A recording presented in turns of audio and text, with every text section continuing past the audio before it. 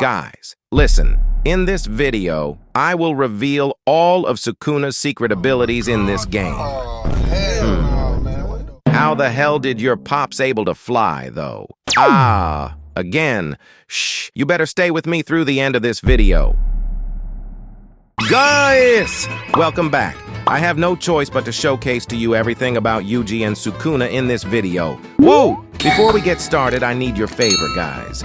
Drop a like in this video and subscribe to stay updated. Make your mama proud. Let's go. Okay, we'll start with Yuji's first move called Cursed Strikes. This move dashes forward, initiating a brutal barrage of strikes. This is perfect to use as a combo starter. What's cool is that when you last hit your opponent with this move, it finishes off with a final finishing strike that sends your opponent to heaven.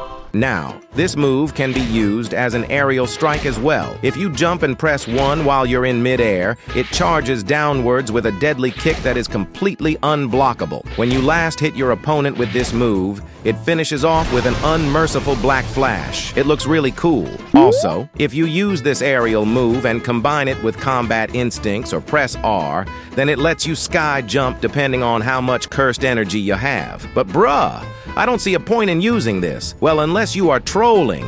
The second move is called Crushing Blow. Braah. This John Cena move pitilessly grabs and slams your opponent on the ground twice like crazy. I mean, take a look at that, brother. This is unblockable as well.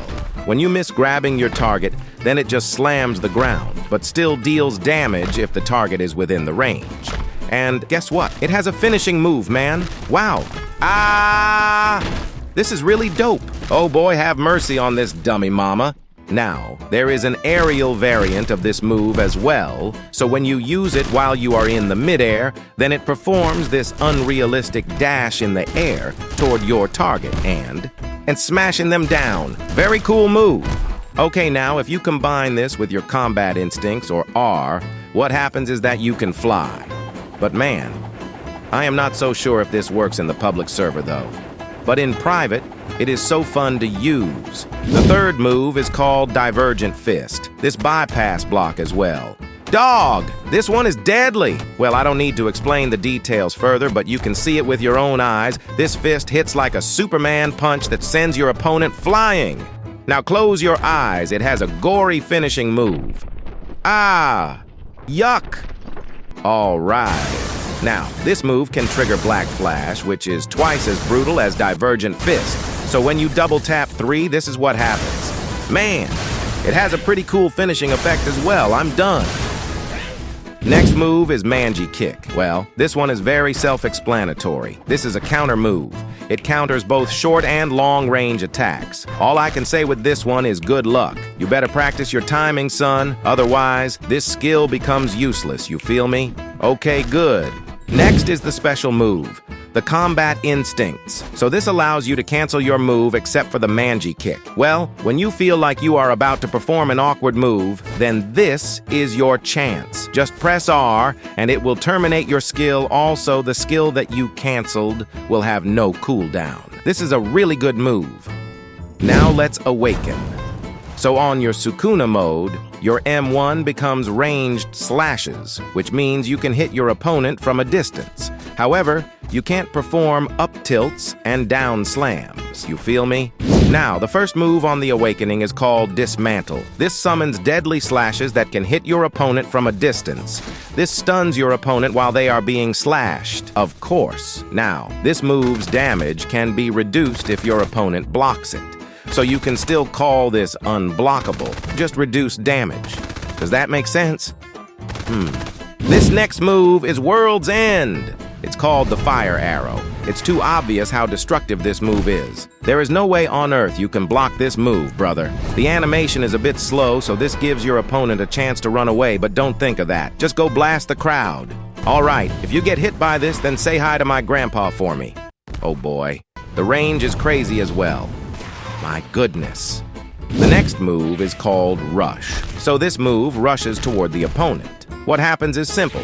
It executes a heavy upward kick that sends the opponent into the sky, and then the user teleports at the back and slams the opponent down to hell. And guess what? You can't block this move, so I suggest stay out of the range when you are fighting an awakened vessel. Okay. Now the R move or cleave. This move grabs your opponent and squeezes them to the bone. My goodness, it has a crazy knockback as well, and it's 100% unblockable. Now, if the opponent dies, there is a gory finishing effect again. I am so sick of this. Ew! The next move is a very special one. It's the world-cutting slash. This move slices the freaking world. It deals a crazy amount of damage for a single target. If I am not mistaken, it deals 90% damage to your opponent's health. Imagine that. The damage also scales depending on the amount of people in the area of the slash. With more people, the less damage the slash will do. Now to execute this, you need to press 1 quickly, followed by 3, and then 2, and R. You will know you are doing it correctly once that text starts popping up above your head. Now, I bet some of you don't know this yet, but this move can break a domain expansion in one shot. Except for Malevolent Shrine. Isn't it ironic? So Sukuna can't one-shot his domain by using World Slash. Well, I needed to do it twice to break the Malevolent Shrine using this move. But listen, there is only one move that can one-shot this domain. Guess what? Gojo's Hollow Purple. Interesting, right? Hey, anyways, speaking of Gojo, you can check this video as well if you want to know more about Gojo's moveset. Now lastly, Sukuna's domain expansion, the Malevolent Shrine. Woo!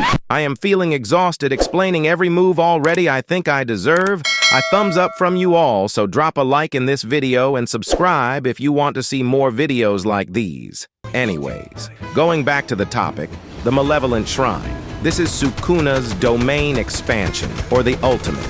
This allows you to bring your opponents inside your domain. Everyone inside the domain gets the punishment of 1,000 unstoppable slashes.